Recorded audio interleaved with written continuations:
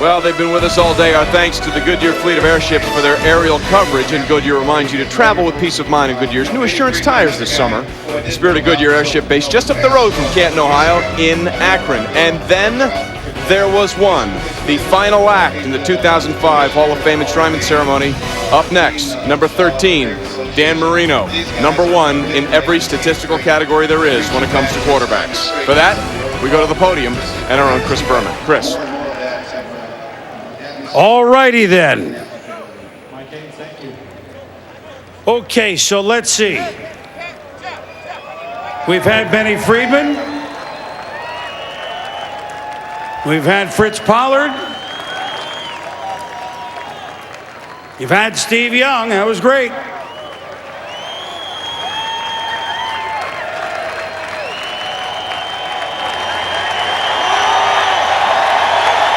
Am I forgetting something?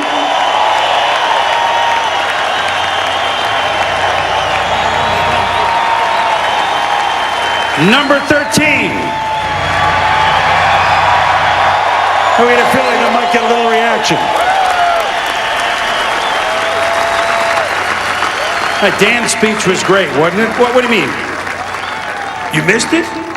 Oh, his speech is like his release. You blink and it's gone. It's coming, don't worry. Number 13. Boy, did Dan Marino make that a lucky number, huh?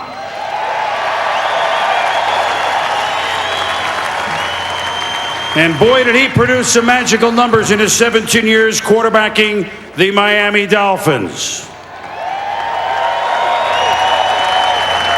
Second NFL season, 1984, 48 touchdown passes, 5,084 yards. That's great. He'll never do it again. 1986. 44 touchdown passes, over 4,700 yards. Okay. We get the point. You can do it. 6 4,000-yard seasons. 13 3,000-yard seasons. 13 3,000-yard seasons. And then you do some addition, okay? And just bear with me because these numbers are all You don't have to look at a Ross Perot graph here to figure that these numbers are pretty high. An NFL tops 8,358 passes thrown. When your shoulder and elbow hurt when you just hear that, and it's just nuts. 4,967 completions. Don't your hands hurt? I mean, oh, geez, who caught all those things? 420 touchdown passes.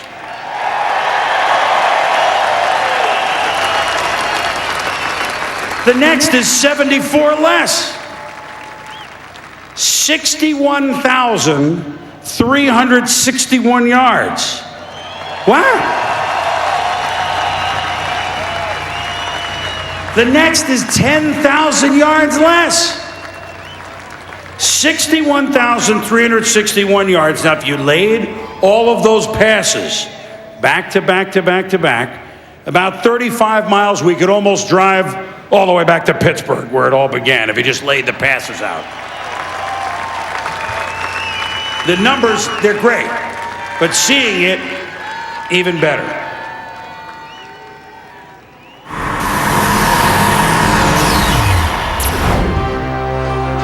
The sixth quarterback taken in the first round of the 1983 draft, Dan Marino rewrote almost every passing record in the book. For 17 seasons, Marino was the franchise for the Miami Dolphins. During Marino's 1983 rookie season, the only thing flashier than his smile was his performance. He showed hints of greatness by throwing 20 touchdown passes in 11 games to lead Miami to the playoffs. The following season, Marino elevated his game to unprecedented heights. Marino throwing deep upfield down the near side, man open, touchdown! Marino back to throw, got a man down there, he's got a touchdown! In 1984, Marino became the first player ever to pass for over 5,000 yards in a single season, finishing with an astounding 5,084 yards. Marino obliterated the previous record for touchdown passes in a season, which was 36, by throwing for 48 touchdowns, a record that stood for 20 years. Those feats earned Marino the Most Valuable Player Award. In the 1984 AFC Championship game, Marino passed for 421 yards and threw for 4 touchdowns in a 45-28 win over the Steelers that earned the Dolphins a trip to the Super Bowl. Miami would lose Super Bowl 19 to the 49ers, the only Super Bowl appearance of Marino's career. Between 1984 and 1993, Marino started 145 games. During that time, he engaged in an aerial assault on NFL opponents and the record book. A prototypical pocket passer, Marino's rifle arm diffused even the toughest defenses in the league. Marino out of the gun. He's been deadly today. Touchdown! Who can forget his performance in the Orange Bowl on a Monday night in 1985 against the Chicago Bears, the only game the Bears would lose all year. He was also the Dolphins' undisputed leader on the field. Let's go. Play with some urgency now. A little urgency. Set up! In 1993, Marino ruptured his Achilles tendon, but he returned the following season to lead the AFC in touchdown passes and passer rating. In 1995, Marino made history. Dan Marino has now thrown for more yards than anyone else. More touchdowns than any other man in National Football League history. In his 17-year career, Marino threw for 61,361 yards, nearly 35 miles, and 420 touchdowns, both NFL records. He remains the all-time leader in pass attempts and completions, and is the only player to throw for 5,000 yards in a single season. By virtue of passing feats never before seen in the NFL, Dan Marino is a member of the class of 2005.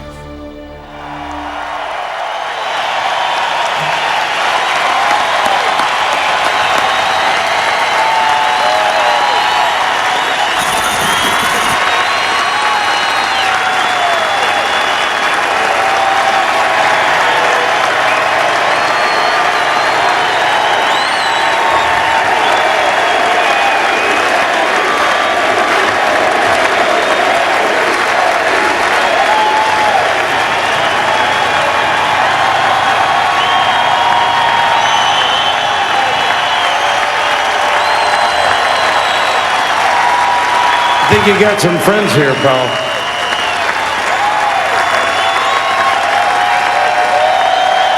Yeah, that Bears game in '85 is still maybe the greatest regular season game ever. Coach Shula had some of these Dolphins lined up, and Dan had the passes going, and it's hard when a 12-0 team had no chance. They didn't that night against Marino and the Dolphins. Dan and Claire Marino have 6 children, which means that the oldest has had to call a few signals in his time as well. To present his dad, the quarterback for enshrinement into the Pro Football Hall of Fame, the Marino quarterback of sorts of the next generation, we present his son, Daniel.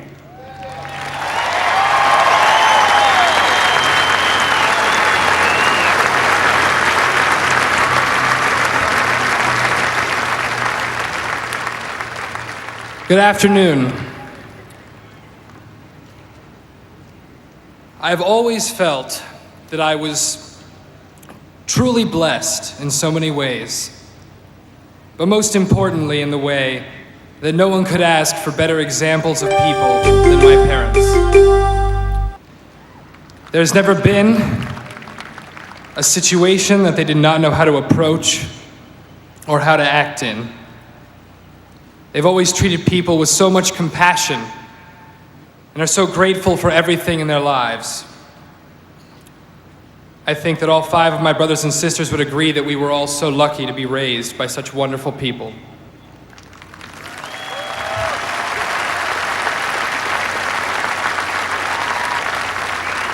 My father has made a lot of smart decisions on the field, but I believe his smartest decision he has ever made was one he made off the field.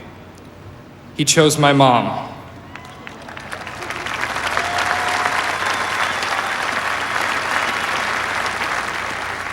Together, they have shaped me and my family in such a meaningful and positive way. And so rarely do you find parents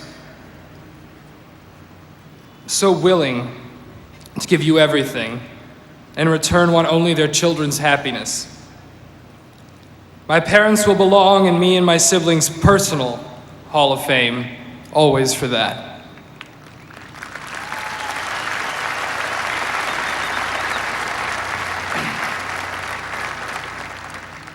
I'm often asked the question, are you a football player? Or does your dad want you to play football? Or sports? It may seem to many people that that would be appropriate, but my father has always supported me in whatever I chose to do. Whether I was performing, whether Joey was golfing, whether Allie was horse riding, whether Michael was DJing, as I'm sure he will support Nikki and Leah in whatever passion they choose to pursue. My father's friends have always said to me repeatedly how proud he is of his children. They tell me he can't seem to stop talking about us. My father only asks us to work hard at what we do. It seems odd to me that such a modest request can make my father so happy. But our passion for something seems to make him as eager and as happy as if he was waiting to go on the field. For this, me and my siblings are also very fortunate.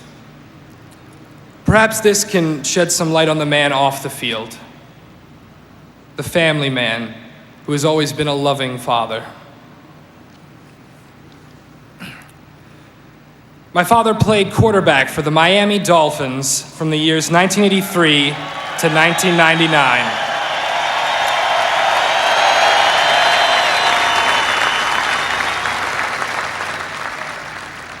I don't claim to be the biggest football fan in my household. Aside from my dad, my brothers Joey and Michael have that honor. Growing up watching my dad was difficult with a preteen attention span, and even tougher with a preschool attention span. However, from that time, I will never forget the scars on my arms from my mom's fingernails when she squeezed them for dear life watching my dad on the field. But now that I'm older, I can appreciate more what my father did. And I sometimes watch my father's old games on tape. And I can't put into words the experience of watching your father when he was young win a game. When he yells, when he skips off the field, hugs his teammates and his coach, and a look of competitive accomplishment on his face. That look always made him stand out for me a little on the field.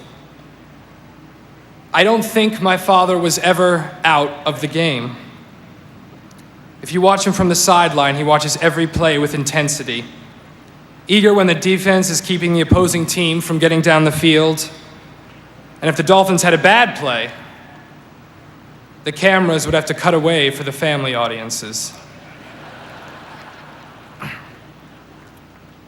My father is the most passionately competitive person I know. If there's one thing you can say about my father, it's that his competitive spirit matches his ability as a player.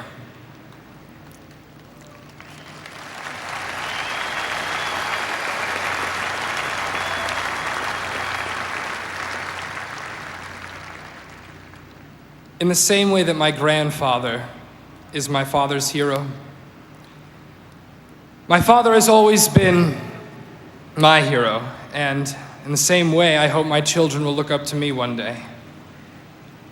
But it would be selfish of me to say that I'm the only one who looks upon my father as a hero. My father has given so much to the community he lives in. The time he has spent with the sick and terminally ill children, the Dan Marino Children's Hospital founded for children with neurological disorders, the Dan Marino Foundation that has worked with children's charities in South Florida, have, I'm sure, all earned him the status of hero with many other people. Both my parents have given so much time to helping the community in which they live. And my father's hand reaches far beyond the community he lives in as well.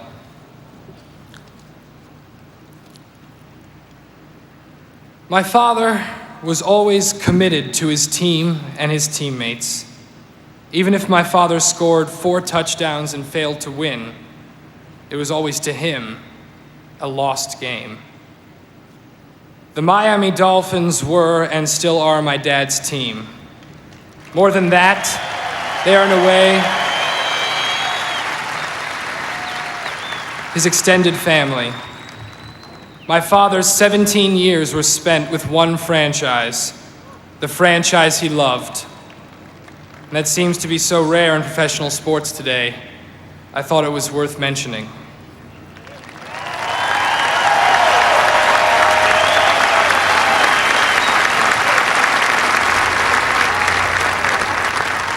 I've always felt that talent, if nothing else, is something you don't have control over. My father was very lucky in that department. But it's what you do with your talent that counts.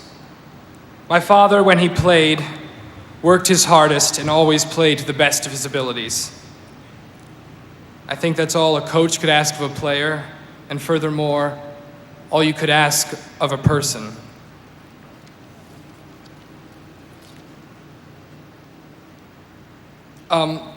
One thing, when I started writing this speech, I realized was you have to start thinking very hard about how you feel about your father, and I realized how completely unselfish my father's life has been. His induction into the Hall of Fame is in recognition of his abilities and career on the field. But I personally feel it's also in recognition of my father's life in many ways. A life that was never about him, but about his team, his fans, his community, his friends, and his family.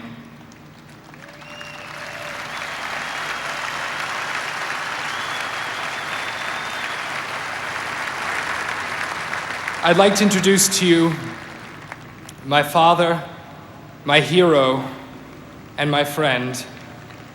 Ladies and gentlemen, Dan Marino.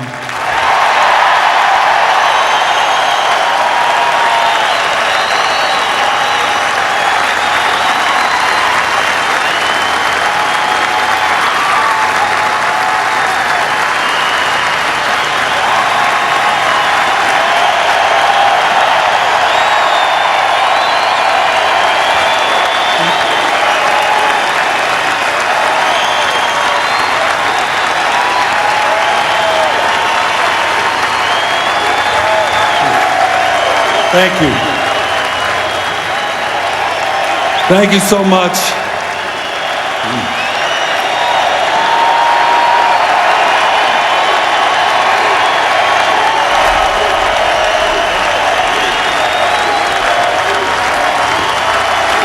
Thank you so much, Dano. I call him Dano. I'm so proud of you, son. Thank you. You did a great job. He literally wouldn't let Claire or I know what he was going to say, and thank you, son. I'm very proud.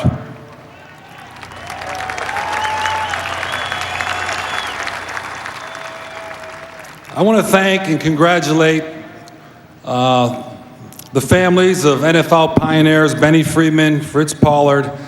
I enjoyed being with you this weekend, the families. Steve Young, congratulations on your induction. I've always admired your style of play. It's an honor to be in the class of 2005. To Jim and Jill Kelly, they've been friends for a lot of years. I can't imagine what you're going through. Our prayers are with you.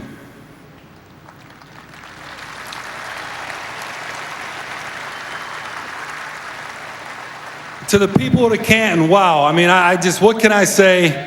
The pride that you all take in this weekend, the Hall of Fame weekend, I'm proud to be a part of it. You can count on me coming back all the time.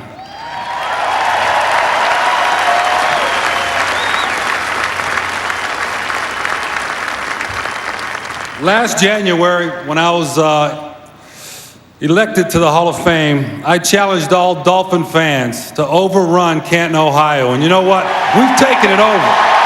Thank you. you, all of you. The 13 jersey up there, everybody up in the corner. All of you, thank you so much.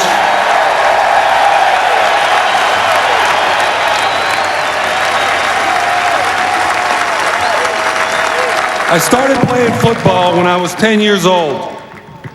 That year, my father and I took a short drive to a very special place. 90-minute drive from Pittsburgh to Canton, Ohio, where I spent the day with him at the Hall of Fame. And to think now that 33 years later, I'm actually here with my mother, my dad, my family, teammates, friends, being inducted in the Hall of Fame, it's overwhelming and an incredible honor. And it's also an honor to be up here with so many great Hall of Famers that include the great players and coaches that have made the game what it is today. It's humbling, and I'm proud to be part of this special club, guys. Thank you.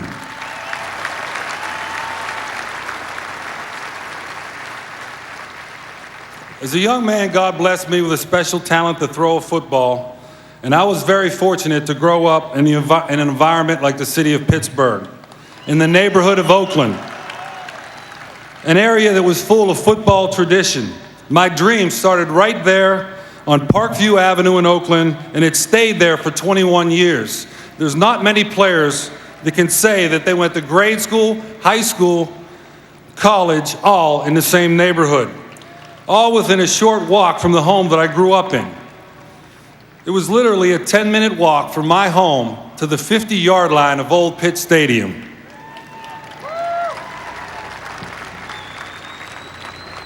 I lived right across the street from a church when I was a kid, and I still have vivid memories of playing football for St. Regis. In the morning of games, going to church in full dress uniform. We'd have cleats, pads, helmets, everything. We were wearing everything, and the coaches would lead us in prayer. It would say Hail Marys and Our Fathers in praying for victory. And then we'd march down the street, cheerleaders, band playing to play our game. And it didn't get much better than that. And you know what? We never lost. I like to think that God was on my side, but then again, it was a Catholic church league. He was on everybody's side. Central Catholic was my high school, and it was a great place for an education. Where are you? I know there's a bunch of you here. Great place for an education, and also it was a great place to play the game of football, and many of my teammates I know are here and friends from high school. I thank you for coming to Canton. I also want to mention my high school coach, Rich Erdley, is here. And Coach, you meant so much to us. I want to thank you for taking the pride and dedication in teaching us the game of football. Of course, you know, Coach Erdley takes all the credit for my success. To this day, he still tells the story when I went to Central that I was throwing left-handed, and he actually taught me how to throw right. Problem is, I think he believes it after all these years. Thank you, Coach. From Central Catholic, I went right down Fifth Avenue, a few blocks to the University of Pittsburgh, where I had 4 great years. Pitt taught me how to compete at a high level. To tell you how talented our teams were, most weeks our practices were tougher and more demanding than any game we'd play on Saturday. I still say the 1980 team could have beat Georgia at 1 o'clock, Notre Dame at 4 o'clock, and been national champs if we were only given the chance. And I have some friends over there, Ricky Jackson, Hugh Green, Jimbo Covert, they'll all attest to that. To all my Pitt teammates, thanks for coming. Coach Jackie, Cheryl, Foge, Fazio. Coach Cheryl, I'll never forget your passion for the game. And I also never forget the advice you gave me the summer of my freshman year. After Coach Cheryl watched me throw for 15 minutes, he pulled me over and he said, son, whatever you do, don't let anybody change your style or how you throw the football. You just keep throwing it like you're throwing it. Coach, thanks.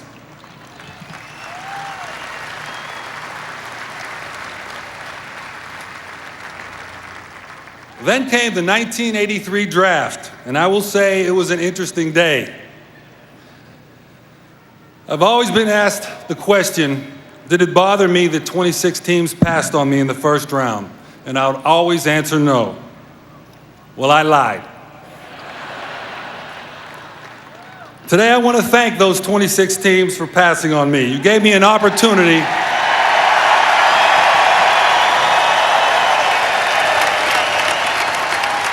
gave me an opportunity to play for one of the greatest franchises in the NFL, the Miami Dolphins.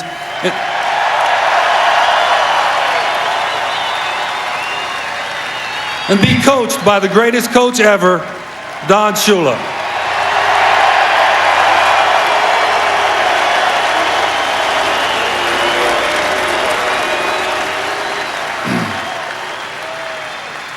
Coach, other than my father, you're the most significant influence on my football career. You pushed me and you demanded my best.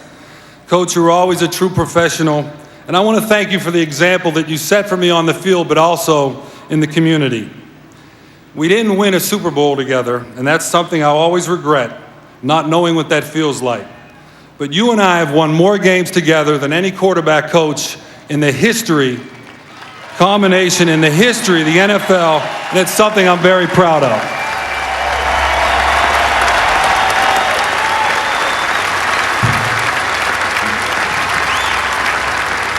Football is the ultimate team game, and as you know, no one gets to the Hall of Fame alone. And I'm honored that so many of my Dolphin teammates are here today. Many of you showed up, and I thank you. And right from the start, you've helped me. I remember my first start, going back to 1983. It was against Buffalo, and I was a rookie. And to be honest, I was a little nervous. And as I stood on the sidelines, I remember a veteran safety coming up to me, Lyle Blackwood. He came up to me with a serious look, and he shook my hand. He said, "Dan, good luck today. And I don't want you to feel any pressure, but remember this one thing. If you play bad, we'll lose." Now that's pressure on a rookie. For 17 years, I was blessed to play with so many great players and coaches. Through all the good times and bad, all the wins and losses, one thing I could count on is I could count on my teammates.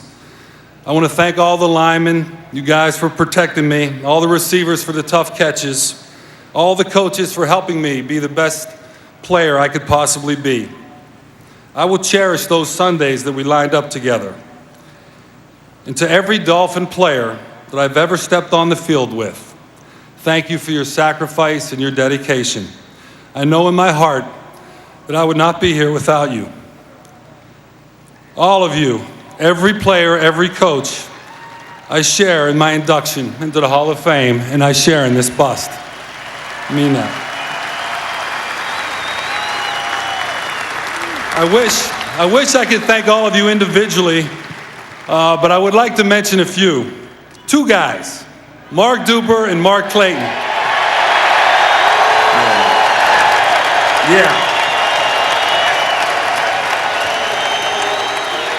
Yeah, you deserve it. In 1984, we set a standard for throwing the football that teams are still trying to match today. And the one thing I remember most about Duper and Clayton is their competitive spirit and their attitude that they were the best. Every time they would come back to the huddle, they would always insist that they were open and that they always wanted the ball. And they constantly reminded me that they were making me a star. Thank you, guys. Hopefully I'll see you here someday because you guys deserve it. Appreciate it.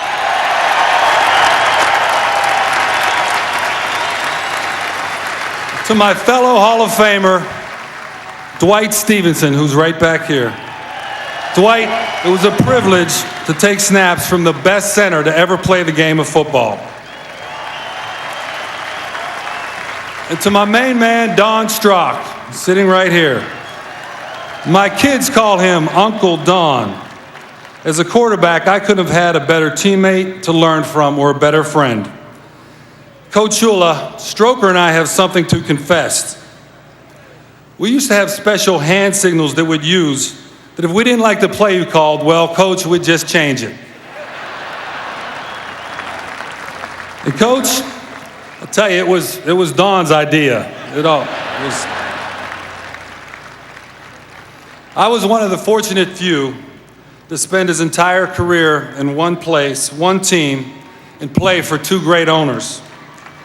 I want to thank the late Joe Robbie and the Robbie family for bringing me to Miami.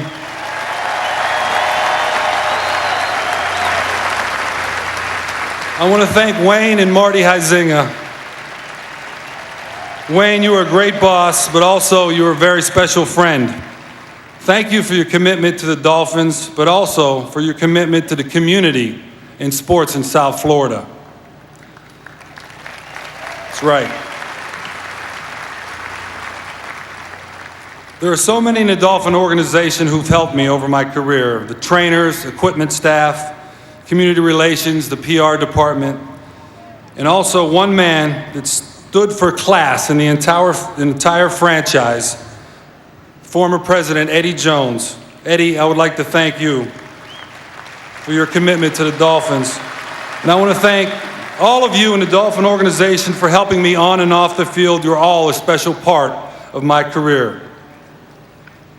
This is a proud day, not only for me, but for the entire Marino family. And I'm blessed that you're all here. But there's one lady who's missing, Great-Grandma Marino. Grandma was a true Dolphin fan. She was a true sports fan. And what I loved about Grandma is she'd always say that I never threw an interception, it was my fault. And I believe Grandma. I think she was right. But she was a great lady, a tough lady, and we wish she was here. My younger sisters are here, Cindy and Debbie. All the games you went to, supporting me and cheering me on. It seems like you always put me first, and I'm glad you're here with your families. To my mother and dad, we've come a long way from Parkview Avenue.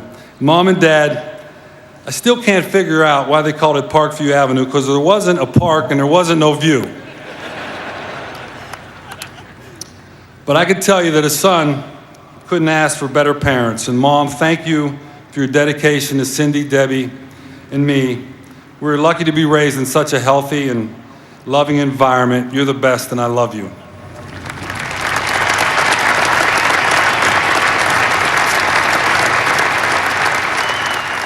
Dad, my dad, you're my hero, Dad. You're my role model. You're the best coach I've ever had. You taught me how to throw a football. You taught me about hard work and how to be positive.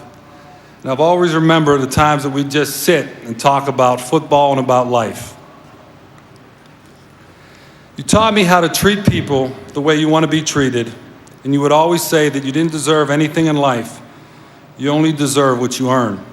Well, my only hope was that Claire and I could pass on those important values to our children. Thank you, Dad.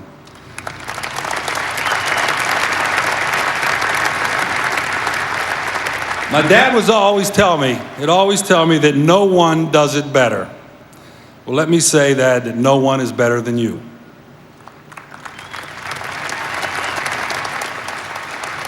To Claire and the kids, Claire, kids, you guys are my true Hall of Famers.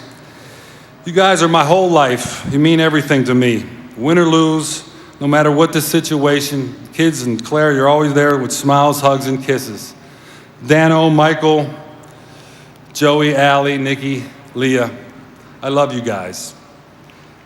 Claire, we've had 21 years together. You've been my best friend. You've been an incredible mom. I can't imagine where I'd be without you. There's nothing better than going through life with your best friend right next to you along the way. And Claire, you've been my best friend. Thank you for making my life complete, and kids, making my life complete.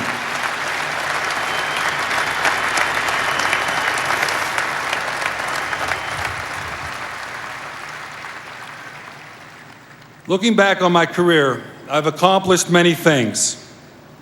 But what I cherish more than any record that I hold, any fourth quarter comeback, any win that I was involved in, what I cherish more are the relationships that I've made, the people I've worked with, the teammates I've lined up beside, the opponents that I've competed against, the friends and family.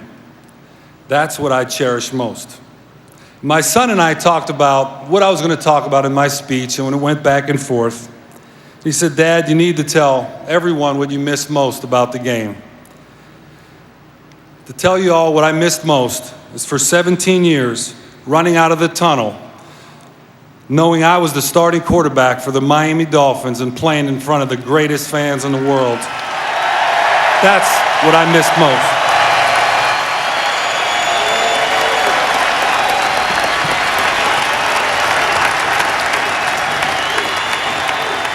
Now, it's time. I'm going to start licking my fingers a little bit, because you know what happens when I lick my fingers.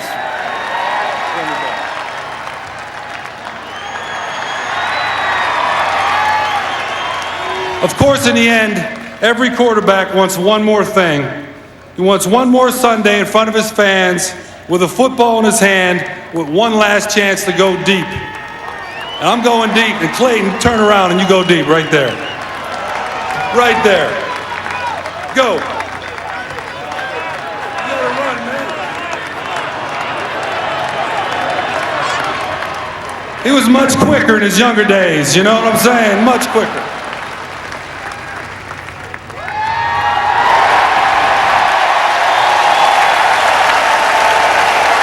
Thank you, Mark. Thank you, Dolphin fans, for coming. I'll remember this day the rest of my life. Claire, kids, mom, dad, thank you.